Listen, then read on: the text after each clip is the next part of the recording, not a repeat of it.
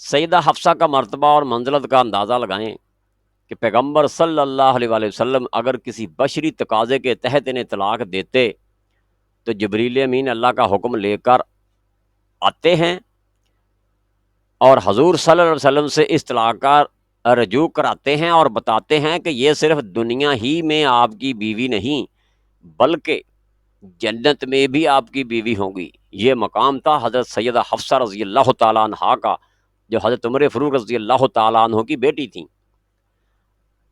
جائیداد کو وقف کرنا، سید حفصہ نے وفات کے وقت اپنے بھائی سیدنا عبداللہ بن عمر کو وصیت فرمائی اور غابہ میں اپنی جائیداد جو سیدنا عمر ان کو دے گئے تھے اس کو صدقہ کر کے وقف کر دیا۔ غابہ مدینہ منورہ میں ایک مشہور جگہ ہے۔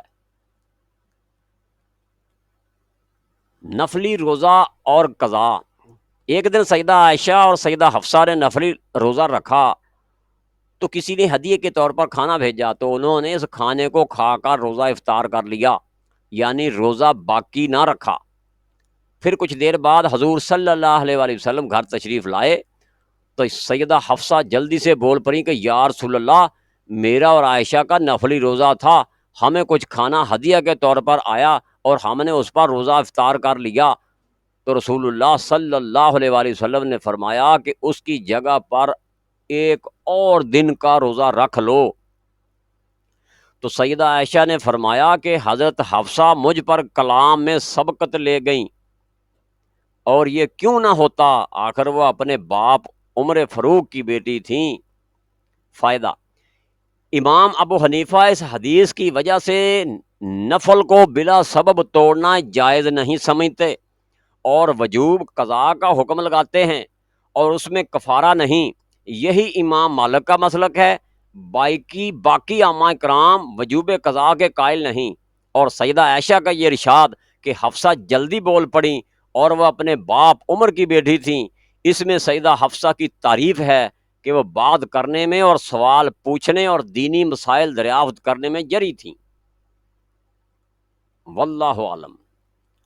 دجال کا خوف، سیدہ حفصہ دجال سے بہت ڈرتی تھیں۔ مدینہ میں ایک شخص ابن سیاد نامی تھا، اس میں دجال کی بہت سی علامات پائی جاتی تھیں۔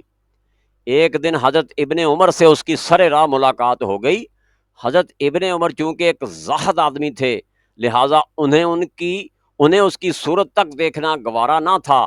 آپ نے ابن سیاد کو بہت سخت سست کہا، اس پر وہ اس قدر پھولا کہ راستہ بند ہو گیا۔ حضرت ابن عمر نے اس کو مارنا شروع کر دیا۔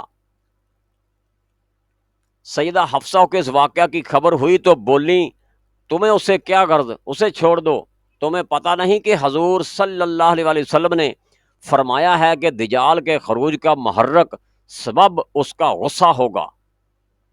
بے شک علم کا شوق، سیدہ حفصہ کو علم کے سیکھنے کا بہت شوق تھا۔ اسی شوق کا اثر تھا کہ سرکار دو عالم صلی اللہ علیہ وآلہ وسلم کو ان کی تعلیم کی بہت فکر رہتی تھی۔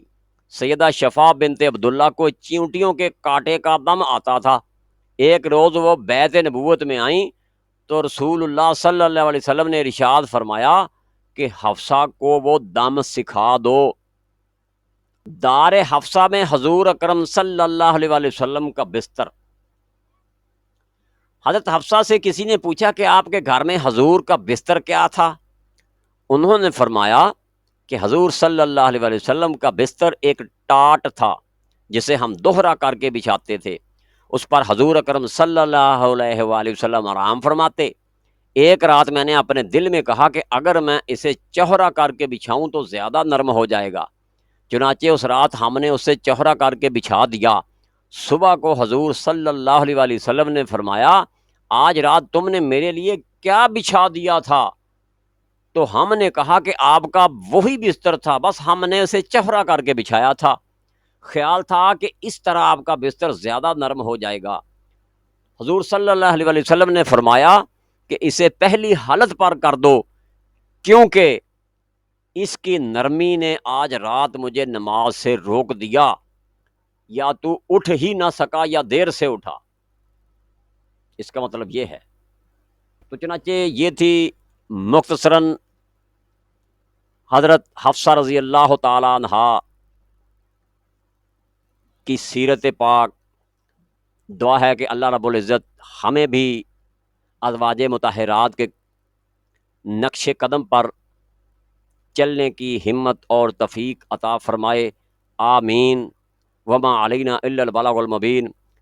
تو ناظرین ملتے ہیں نیکسٹ ویڈیو میں ازواج مطہرات کا موضوع لے کر. تو تب تک کے لیے اجازت. السلام علیکم ورحمۃ اللہ وبرکاتہ.